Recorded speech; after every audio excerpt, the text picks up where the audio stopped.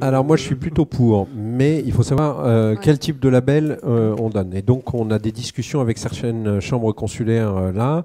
Moi ce qui m'intéresse c'est que les clients puissent voir ce label.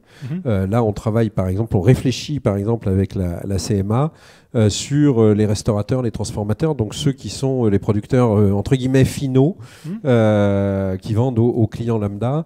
Est-ce qu'ils pourraient mettre un label logistique propre et je trouve ça une très bonne idée. De la même façon, même sur le e-commerce, je pense qu'on devrait pouvoir arriver un jour, et on va en discuter avec des grands leader du e-commerce, à faire choisir le client sur la logistique finale qu'il souhaite.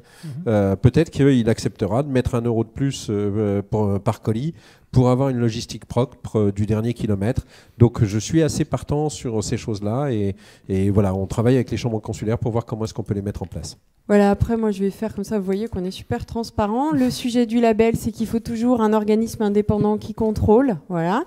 Donc peut-être que la base, c'est de tomber d'accord collectivement comme on le fait là, dans ce type d'instance sur en fait, ce qu'est la réglementation, ce qui est possible sur le territoire, là où il y a des manques et là où on peut aider. Donc je partage complètement avec Jean-Charles la nécessité en fait que les clients soient tout à fait au courant de ce qui se passe en termes d'impact carbone dans leur choix finalement de fournisseurs.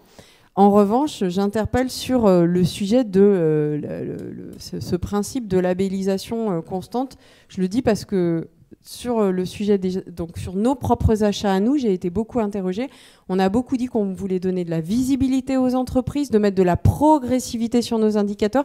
Et tout ça, ça se retrouve pas dans des labels. Tout ça, en fait, c'est une forme de cadre de confiance, mais que spontanément la métropole a mis là sur le sujet ZFE, qu'on a mis spontanément sur l'achat public et qu'on met spontanément dans le dialogue quotidien entre les agents du service public et vous en tant qu'entreprise du territoire ou en tant qu'entreprise répondant aux besoins du territoire. Voilà.